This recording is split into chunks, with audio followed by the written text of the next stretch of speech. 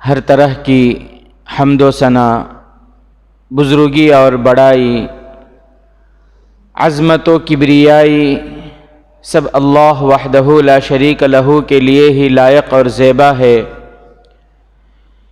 بے شمار لاتعداد اور لامحدود درود و سلام نازل ہو اللہ کے آخری حبیب و رسول جناب آقا نامدار، تاجدار مدینہ، فخر موجودات، امام الانبیاء، رحمت للعالمین، ہادی سبل، رحمت کل، طٰہٰ و یاسین، مزمل و مدثر، محمد عربی صلی اللہ علیہ وسلم پر۔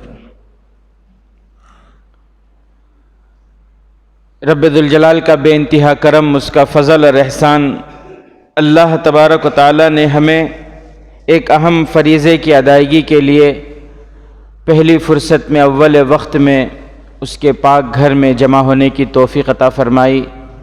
دعا فرمائے اللہ تعالی ہمارے آنے کو، بیٹھنے کو، کہنے سننے کو بے انتہا قبول فرمائے۔ قرآن حدیث کی نصیحت کی، دین کی جو بھی باتیں ہمارے سامنے آئے، اللہ تعالی ہمیں سمجھنے اور عمل کرنے کی توفیق عطا فرمائے۔ میرے محترم بزرگ و عزیز دوستوں، دنیا کا وجود ایمان پر ہے، دنیا کا وجود ایمان پر ہے، پوری کائنات کا وجود ایمان پر ہے۔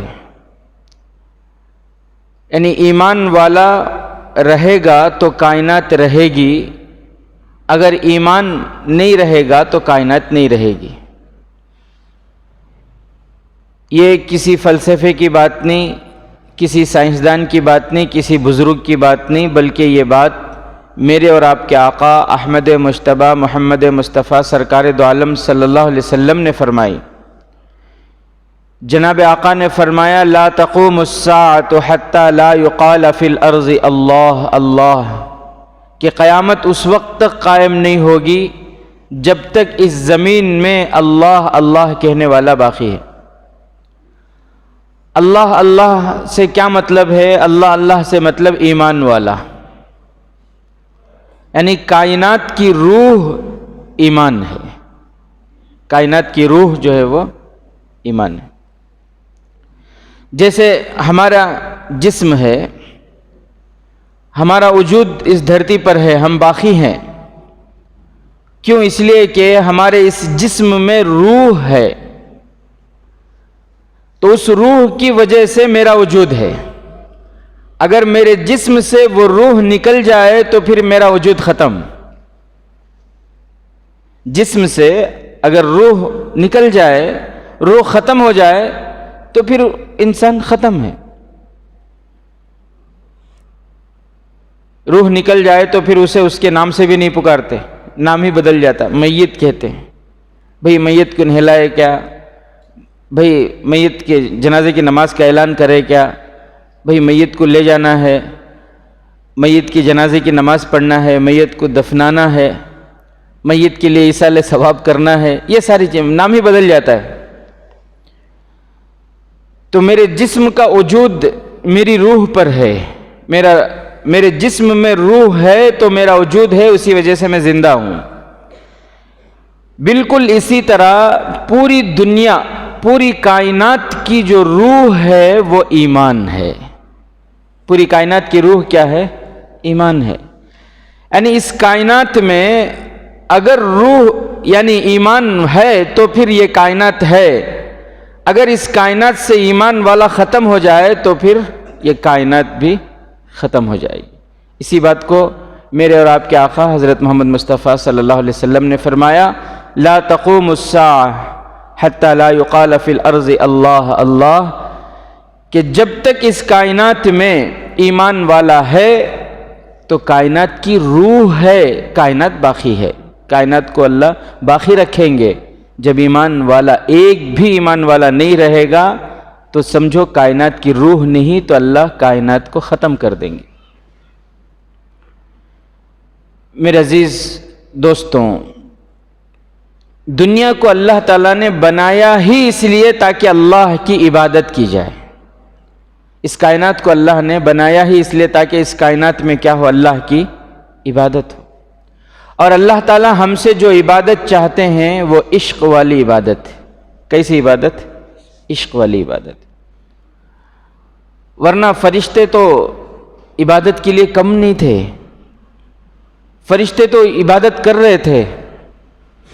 ہمارے وجود سے پہلے حضرت آدم علیہ السلام کو اللہ تعالیٰ پیدا کیے، اس سے پہلے فرشتے تھے اور فرشتے اللہ تعالیٰ کی عبادت کر رہے تھے. آج بھی فرشتے اللہ تعالیٰ کی عبادت میں ہیں. عبادت اسی لیے جب اللہ حضرت آدم علیہ السلام کو انسانوں کو بنانے کا ارادہ کیے تو فرشتوں نے اللہ سے یہ اشکال کیے، اعتراض کیے. اللہ سے انہوں نے کہا نحن نسبح بحمدک ونقدس لک، اللہ ہم تیری عبادت کر رہے ہیں، ہم تیری پاکی بیان کر رہے ہیں، ہم تیری تسبیح بیان کر رہے ہیں.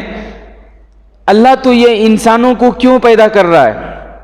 یہ انسان زمین میں جا کر قتل و غارت گیری کریں گے، خون بہائیں گے، فساد مچائیں گے، جھگڑے کریں گے. اللہ تو انسان کو کیوں پیدا کر رہا؟ اللہ تجھے عبادت چاہیے، تیری عبادت کے لیے ہم ہیں، ہم تیری عبادت کر رہے ہیں. یہ فرشتوں نے کہا تھا اللہ سے.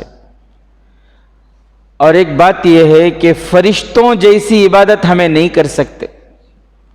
فرشتوں جیسی عبادت ہم کر سکتے، انسان فرشتوں جیسی عبادت نہیں کر سکتے. کوئی فرشتہ رکوع میں ہے تو وہ قیامت تک رکوع میں ہی رہے گا. کوئی سجدے میں ہے تو وہ قیامت تک سجدے میں ہی رہیں گے. مسجد حرام کے بالکل سیدھ میں بیت العتیق آسمانوں پر اس کا طواف ہوتا ہے. جناب آقا محمد الرسول اللہ صلی اللہ علیہ وسلم نے فرمایا کہ ایک فرشتہ جس نے طواف کیا، ایک مرتبہ اسے موقع ملا، پھر قیامت تک اس کا نمبر نہیں آتا. تو کتنے فرشتے ہیں اللہ کے خزانے میں. فرشتوں کی تعداد اللہ کے علاوہ کسی کو نہیں معلوم. اتنے فرشتے اللہ کے، ان گنت فرشتے. تو فرشتوں جیسی عبادت ہم نہیں کر سکتے. حدیث پاک میں جناب آقا محمد الرسول اللہ صلی اللہ علیہ وسلم نے فرمایا جب سے اللہ تعالیٰ نے حضرت اسرافیل علیہ السلام کو پیدا فرمایا اس وقت سے لے کر اب تک بھی وہ تواضع کے ساتھ اپنے پروں کو جھکا کر عاجزی کے ساتھ کھڑے ہوئے اللہ کے حکم کے انتظار میں ہیں. اس وقت سے لے کر اب تک بھی. تو فرشتوں جیسی عبادت ہم نہیں کر سکتے، لیکن اللہ فرما رہے ہیں کہ میں نے تمہیں عبادت کے لیے پیدا کیا. کیوں؟ فرشتے عبادت کرتے ہیں، لیکن اللہ تعالی ہم سے جو عبادت چاہ رہے ہیں وہ عشق والی عبادت. فرشتوں کے اندر عشق نہیں ہے، شہوت نہیں ہے. شہوت یعنی چاہت نہیں ہے. فرشتوں کے اندر نفس نہیں ہے، خواہشیں نہیں ہیں. اسی لیے ان کو نہ کھانے کی ضرورت ہے، نہ پینے کی ضرورت ہے، نہ بیوی بچوں کی ضرورت ہے. کسی چیز کی ان کو ضرورت نہیں. کیوں؟ اس لیے کہ اللہ نے ان کے اندر نفس نہیں رکھا. اللہ نے انسان کے اندر نفس رکھا ہے. ہمارے اندر اللہ نے نفس رکھا ہے، شہوت ہے یعنی خواہش ہے، چاہت ہے. ہمارا پورا جسم چاہتوں سے بھرا ہوا ہے. میرے ہاتھ کی چاہت یہ ہے کہ کوئی چیز پکڑیں، زبان کی چاہت یہ ہے کہ کچھ بولیں، آنکھوں کی چاہت یہ ہے کہ دیکھیں، کانوں کی چاہت یہ ہے کہ سنیں، دماغ کی چاہت یہ ہے کہ سوچیں، پیروں کی چاہت یہ ہے کہ چلیں. انسان کا پورا جسم چاہتوں سے گھرا ہوا ہے. تو انسان کا جو نفس ہے وہ نفس امارہ ہوتا ہے. اللہ تعالیٰ نے اس نفس کے بارے میں فرمایا کہ نفس امارہ ہوتا ہے. سورہ قرآن پاک میں حضرت یوسف علیہ السلام فرماتے ہیں وَمَا أُبَرِّئُ نَفْسِي إِنَّ النَّفْسَ لَأَمَّارَةٌ بِالسُّوءِ. حضرت یوسف علیہ السلام فرماتے ہیں کہ میں اپنے آپ کو پاک دامن نہیں کہتا. کوئی اپنے آپ کو پاک دامن نہ کہے. دنیا میں اگر کوئی پاک دامن ہے تو وہ صرف اور صرف انبیاء ہیں. اللہ کے خاص برگزیدہ بندے انبیاء اور رسول جو ہوتے ہیں وہ پاک دامن ہوتے ہیں. ان کے علاوہ کوئی شخص اپنے بارے میں یہ دعویٰ نہیں کر سکتا کہ میں پاک دامن ہوں. اگر کوئی یہ دعویٰ کرے کہ میں پاک ہوں، میں پاک دامن ہوں، تو صوفیہ فرماتے ہیں اللہ تعالیٰ اس سے توبہ کی توفیق چھین لیتے ہیں، کیونکہ انہیں اپنے آپ کو غلط سمجھا ہی نہیں، غلط سمجھے گا ہی نہیں تو پھر توبہ کی توفیق کہاں سے ہوگی. اسی لیے کوئی اپنے آپ کو پاک دامن کہے یہ پسند نہیں. ایک مرتبہ اللہ کے نبی صلی اللہ علیہ وسلم کی خدمت میں ایک عورت آئی تو اللہ کے نبی صلی اللہ علیہ وسلم ان سے پوچھے کیا نام ہے تمہارا؟ اس خاتون نے کہا کہ میرا نام برہ ہے. کیا نام ہے؟ برہ. برہ کے معنی آتے ہیں پاک دامن. اللہ کے نبی صلی اللہ علیہ وسلم کو یہ نام پسند نہیں آیا. کہیں ایسا نہ ہو کہ یہ عورت یہ سمجھنے لگے کہ میں پاک دامن ہوں. جب انسان یہ سمجھتا ہے کہ میں اتنا اچھا آج تک کسی کا برا کریا نہیں، صحیح بات ہے بولتے نا، کسی کا 1 روپیہ، کسی کا حق نہیں مارا، کسی پر ظلم نہیں کیا، ایسی زندگی گزار لے جا رہا ہوں میں، تو اللہ تعالیٰ ایسوں سے توبہ کی توفیق چھین لیتے ہیں. انسان غلطیوں کا پتلا ہے، جانے انجانے میں اس سے غلطیاں ہو جاتی ہیں. تو انسان اگر یہ سوچے کہ میں غلطیوں کا پتلا ہوں تو وہ ہمیشہ اللہ سے توبہ کرتا رہے گا، استغفار کرتا رہے گا. اگر یہ سوچے کہ نہیں میں ہی پاک، میں کس کا بھی کیا بھی کر کو نہیں، پھر اسے توبہ کی توفیق نہیں ملتی. تو نام سے کہیں ایسا نہ ہو کہ اس کے دل میں یہ خیال آ جائے میرا نام برہ یعنی میں پاک دامن، یہ خیال اس کے دل میں نہ آئے. اس لیے اللہ کے نبی صلی اللہ علیہ وسلم نے فرمایا کہ نہیں، تم اپنا نام بدل لو. تو میرے محترم بزرگ عزیز دوستوں، بات یہ ہے کہ فرشتے عبادت کے لیے کافی تھے، پھر بھی اللہ تعالیٰ نے ہمیں عبادت کے لیے کیوں پیدا کیا؟ فرشتے عبادت ضرور کرتے ہیں مگر ان کے اندر نفس نہیں ہے، ان کے اندر خواہش نہیں ہے. اللہ تعالیٰ نے ہمارے اندر نفس رکھا ہے، اور پھر اللہ تعالیٰ نے اس نفس کے بارے میں فرمایا کہ تمہارا نفس امارہ ہوتا ہے، لوامہ ہوتا ہے اور مطمئنہ ہوتا ہے. نفس ہمیشہ انسان کا شریر نہیں رہتا. اس نفس پر اگر انسان محنت کرے، اللہ والوں کی صحبت میں، اللہ کے راستے میں جائے، اور پھر جو اس نفس کی اصلاح کی فکر کرے تو پھر انسان کا نفس بنتا ہے. اور پھر جب انسان کا نفس بنتا ہے تو انسان عبادت میں، مقام میں فرشتوں سے بھی آگے بڑھ جاتا ہے. پھر انسان اس مقام کو پہنچتا ہے جس مقام کو فرشتے بھی نہیں پہنچ پاتے. اسی لیے جب انسان کا نفس بنتا ہے اور جب اس کے انتقال کا وقت آتا ہے تو اللہ تعالیٰ کی طرف سے پھر اس کو خوشخبری اللہ تعالیٰ فرماتے ہیں یا ایتھا النفس المطمئنہ، اے نفس مطمئنہ، ارجعی الی ربک، اپنے رب کی طرف لوٹا، راضیۃ مرضیہ، اللہ تجھ سے راضی، تو اللہ سے راضی، فادخلی فی عبادی وادخلی جنتی، فادخلی فی عبادی، میرے نیک بندوں میں شامل ہو جا، وادخلی جنتی، میری جنت میں شامل ہو جا، میری جنت میں داخل ہو جا. تو میرے محترم بزرگ عزیز دوستوں، جب انسان کا نفس بنتا ہے، حضرت جی یوسف صاحب رحمۃ اللہ علیہ فرماتے ہیں کہ جب انسان کے دل میں خدا کا خوف اور تقوی آتا ہے تو گناہ اس کے کم ہو جاتے ہیں، اور جب خدا کا خوف کم ہوتا ہے، تقوی کم ہوتا ہے تو پھر گناہ اس کے زیادہ ہو جاتے ہیں. تقوی زیادہ ہوگا تو گناہ کم ہوں گے، تقوی کم ہوگا تو گناہ زیادہ ہوں گے. تو اللہ تعالیٰ نے ہمیں جو دولت عطا فرمائی، ایمان کی دولت، یہ بہت بڑی دولت ہے، بہت بڑی دولت ہے. اس کی عظمت کا، اس کے مقام کا ہم اندازہ نہیں لگا سکتے. 10 ذی الحجہ کے موقع پر عید کے دن اللہ کے نبی صلی اللہ علیہ وسلم صحابہ سے پوچھتے ہیں کہ میرے صحابہ بتاؤ آج کون سا دن ہے؟ تو صحابہ ادب و احترام سے فرماتے ہیں اللہ و رسولہ عالم، اللہ اور اس کے رسول ہی بہتر جانتے ہیں۔ ایک ادب تھا، ایک احترام۔ تو اللہ کے نبی صلی اللہ علیہ وسلم نے فرمایا کیا آج 10 ذی الحجہ 10 تاریخ نہیں ہے آج؟ تو انہوں نے کہا کہ جی ہاں 10 تاریخ ہے۔ اللہ کے نبی صلی اللہ علیہ وسلم فرماتے ہیں کون سا مہینہ ہے؟ صحابہ نے فرمایا اللہ و رسولہ عالم، اللہ اور اس کے رسول ہی بہتر جانتے ہیں۔ اللہ کے نبی صلی اللہ علیہ وسلم نے فرمایا کیا یہ ذی الحجہ کا مہینہ نہیں ہے؟ صحابہ نے فرمایا نعم یا رسول اللہ، ہاں اللہ کے رسول یہ ذی الحجہ کا مہینہ ہے۔ مقام کون سا ہے؟ تو یہ ساری حرم، مہینہ ذی الحجہ کا، دن 10 تاریخ عید الاضحیٰ کا دن، اور مقام حرم۔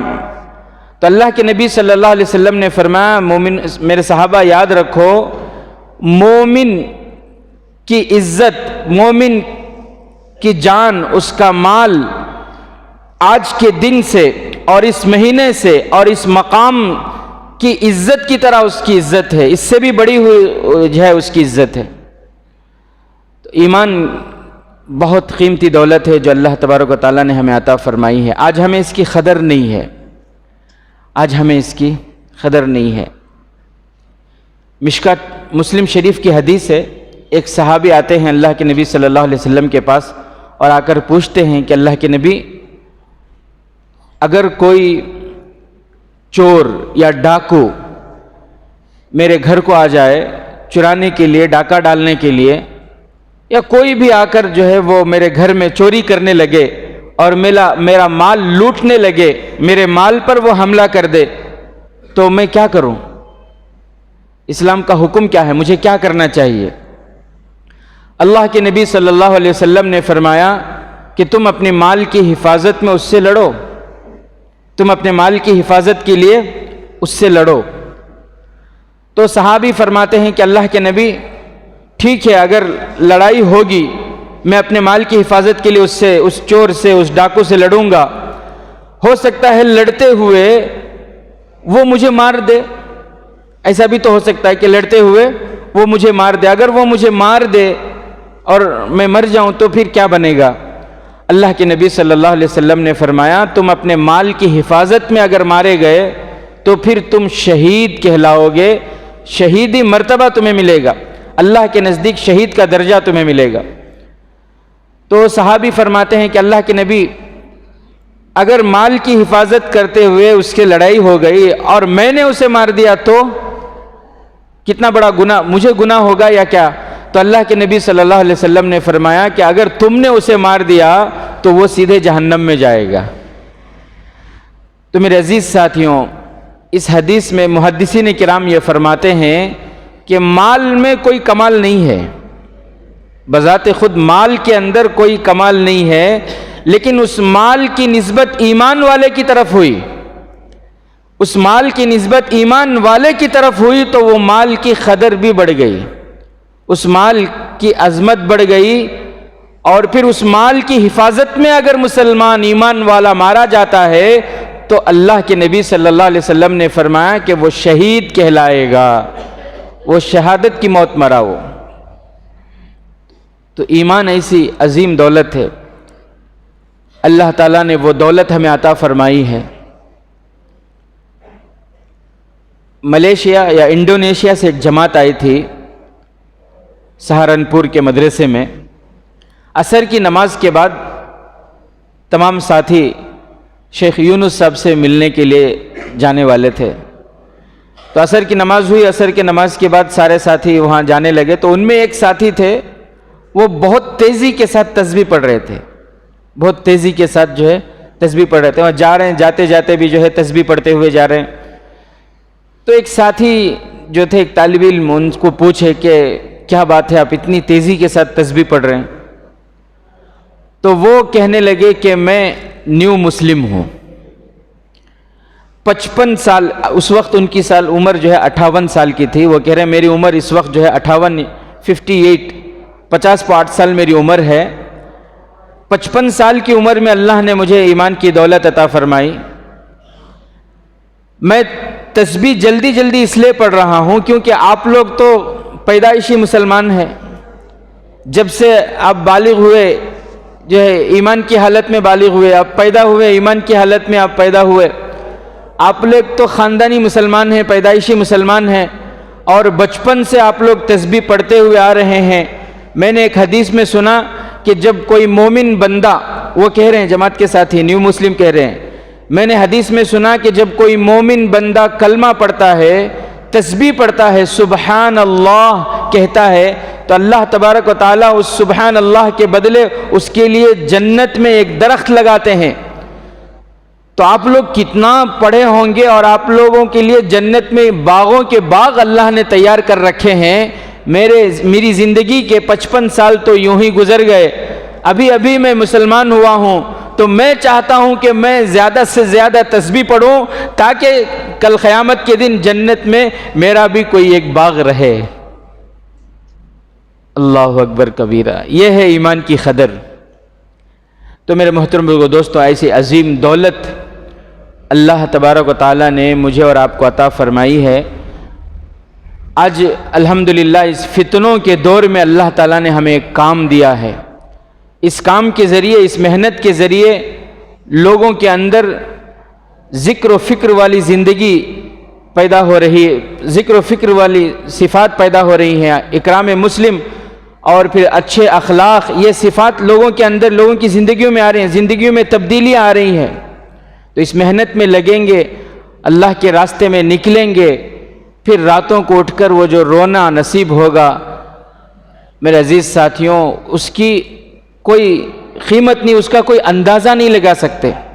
اللہ کے راستے میں نکل کر یا پھر راتوں میں اٹھ کر اللہ کے خوف سے جو بندہ روتا ہے اور اس کے جو آنسو گرتے ہیں، اس آنسو کی کوئی قیمت ہی نہیں، کوئی اندازہ نہیں لگا سکتے آپ۔ ایک صاحب تھے، اچھے انسان تھے، ایک فقیر نے ان سے دوستی کر لی، آتے جاتے چلتے پھرتے ان سے سلام کرتے۔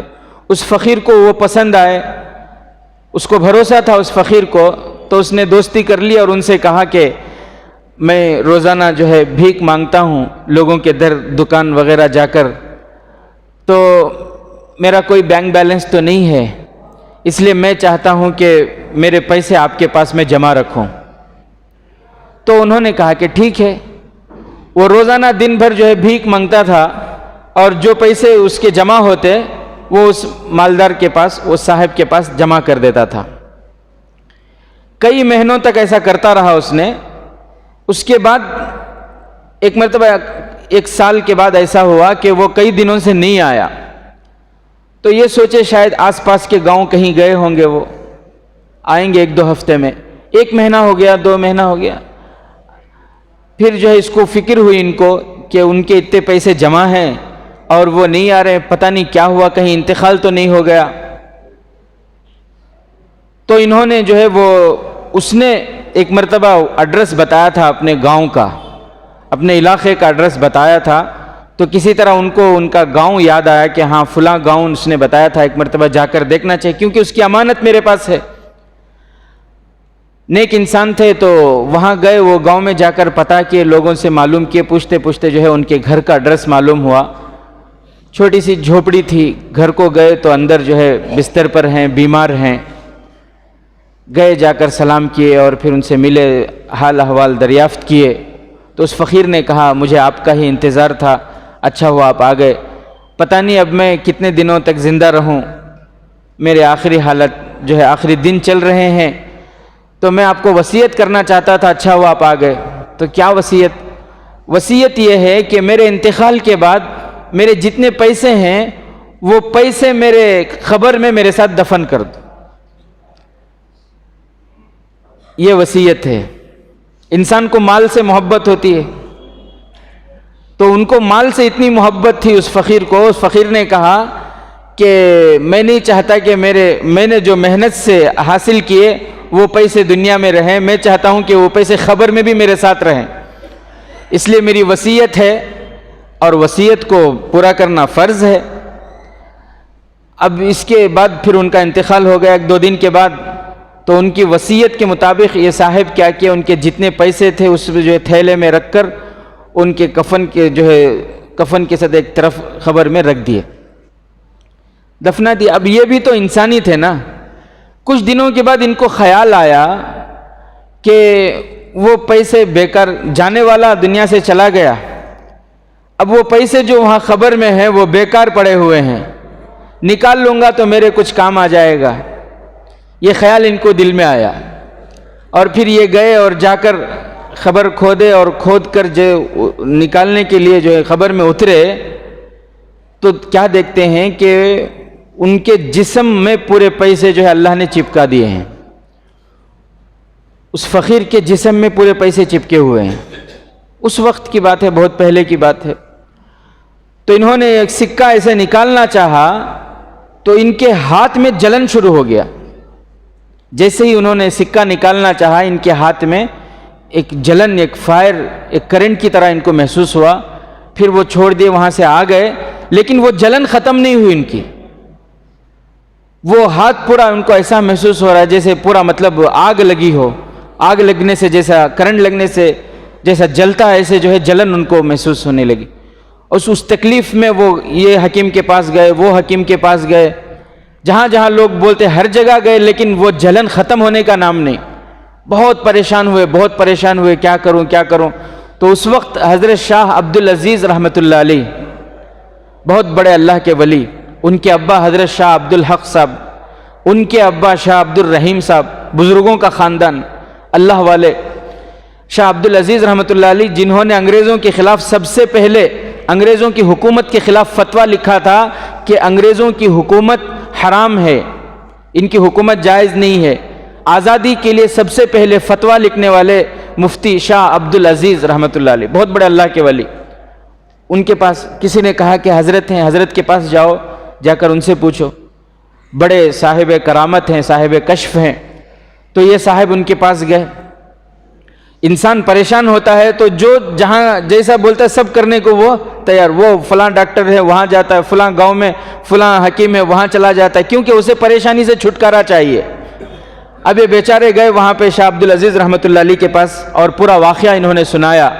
تو حضرت شاہ عبدالعزیز رحمۃ اللہ علیہ نے فرمایا کہ دیکھو یہ جہنم کے آگ کا اثر ہے، یہ جہنم کے وہ عذاب تھا، تم نے اس میں ہاتھ ڈالا تو اس عذاب کا ایک حصہ جو ہے تمہارے اس میں آ گیا ہے، تو یہ جہنم کے، تو اسے بجھانے کے لیے دنیا میں کوئی چیز نہیں ہے، اس تکلیف کا کوئی علاج نہیں ہے، یہ فرمائے شاہ عبدالعزیز رحمۃ اللہ علیہ۔ تو وہ بھی ایمان والا تھا صاحب، تو وہ وہیں بیٹھ کر رونے لگا، بہت رویا، وہ رو رہا اللہ کے خوف سے کہ اللہ میں مجھ سے ایسی غلطی ہو گئی، میں ایسے عذاب میں مبتلا ہو گیا، یہ تکلیف مجھ سے دور نہیں ہو رہی۔ اللہ کے خوف سے جب وہ رویا، نادم ہو کر اپنے گناہ پر جب وہ رویا، اس کی آنکھوں سے آنسو نکلے۔ حضرت شاہ عبدالعزیز رحمۃ اللہ علیہ کو فوراً خیال آیا، حضرت عبدالعزیز رحمۃ اللہ علیہ نے فرمایا کہ اپنے ان آنسوؤں کو اپنے ہاتھ پر ملو۔ اس نے ان آنسوؤں کو اپنے ہاتھ پر ملا اور پھر اس کی تکلیف ختم ہو گئی۔ تو اس نے کہا کہ حضرت یہ کیسی کرامت آپ کی، کئی حکیموں کے پاس گیا، کئی ڈاکٹروں کے پاس گیا، کئی علاج کر لیے، لاکھوں روپے خرچ کر لیے، لیکن کسی کے پاس اس کا علاج نہیں ملا، یہ آپ کی کیا کرامت ہے کہ آپ نے ان آنسوؤں کو ملنے کو کہا اور میری تکلیف دور ہو گئی۔ حضرت نے فرمایا میری اس میں کوئی کرامت نہیں ہے، مجھے اچانک اللہ کے نبی صلی اللہ علیہ وسلم کی حدیث یاد آئی۔ اللہ کے نبی صلی اللہ علیہ وسلم نے فرمایا کہ مومن کے آنکھوں سے اللہ کے خوف سے اور گناہوں کے ندامت کے جو آنسو کے خطرے نکلتے ہیں، اس خطرے میں اتنا پاور ہے کہ اللہ تعالیٰ کے غصے کو وہ ٹھنڈا کر دیتا ہے اور جہنم کی آگ کو وہ بجھا دیتا ہے۔ تو جہنم کی آگ جو لگی تھی، میرے دل میں خیال آیا کہ تمہارے یہ آنسو جو ندامت کے آنسو ہیں، اللہ کے خوف کے آنسو ہیں، میں نے سوچا کہ اس سے لگا کر دیکھیں تو اللہ کے فضل سے جو ہے تمہیں شفا ہو گئی۔ تو میرے عزیز ساتھیوں، یہ رونا انسان کو نصیب ہوتا ہے جب راتوں کو اٹھ کر وہ اللہ کے سامنے روتا ہے، پھر جو ہے اسے یہ مقام ملتا ہے۔ تو ابھی جیسا کہ ہمیں معلوم ہے 31 اور 1 تاریخ کو پورے 5 ڈسٹرکوں کا میسور میں جو ہے اجتماع ہے، اور الحمدللہ اس کے لیے محنتیں ہو رہی ہیں. تو آپ سب ارادہ کریں کہ انشاءاللہ اپنے اپنے مسجد سے، جو مسجد والی جماعت ہے وہاں کے مشورے سے، سب سے بہتر تو یہ ہے کہ 3 دن کی جماعت کی ترتیب سے نکل جائیں. وہاں جو ہے رہیں گے، پورا وقت جو ہے ہمارا صحیح استعمال ہوگا اور مکمل فائدہ ہوگا، مکمل فائدہ ہوگا. ورنہ پھر کیا ہوتا ہے، جانا آنا تو ہوتا ہے لیکن چونکہ کسی کے تابع نہیں ہوتے، مشورے کے تابع نہیں ہوتے، تو پھر جانا آنا صرف وہ کیا ہوتا ہے، تفریح ہو جاتی ہے. جو فائدہ ہونا ہے، بزرگوں جو اللہ والے آتے ہیں، اکابرین آتے ہیں، اور پھر جو ہے وہاں کے جو فیوز اور برکات اور ہدایتیں اور انوارات جو ہوتے ہیں، اس سے جو مستفید ہونا انسان، وہ استفادہ حاصل نہیں ہو پاتا. مشورے کے تابع رہیں گے اور مشورے کے تابع ہو کر ہمارا جانا آنا ہوگا تو انشاءاللہ اللہ تعالیٰ کی ذات سے امید ہے اللہ تعالیٰ جو ہے بھرپور ہمیں برکتوں سے نوازیں گے اور اللہ ہمیں ہدایتوں سے نوازیں گے. تو کوشش کریں کہ اپنے اپنی مسجد، اپنے اپنے محلے میں جو مسجد ہے، مسجد ور جو جماعت ہے، جو وہاں کے جو ہے اس جماعت کے ماتحتی میں ان کے ساتھ جو ہے جائیں اور آئیں. اگر نہیں ہو سکتا تو کم سے کم آخری درجے میں کم سے کم 2 دن جماعت کی نیت سے جو ہے نکلیں گے بھائی انشاءاللہ. اللہ تعالیٰ سے دعا ہے کہ اللہ تبارک و تعالیٰ ہمارے آنے والے اس اجتماع کو بے انتہا قبول فرمائے اور اس کے لیے جو بھی محنتیں ہو رہی ہیں اللہ تعالیٰ ساری محنتوں کو قبول فرمائے. آمین. وآخر دعوانا الحمدللہ.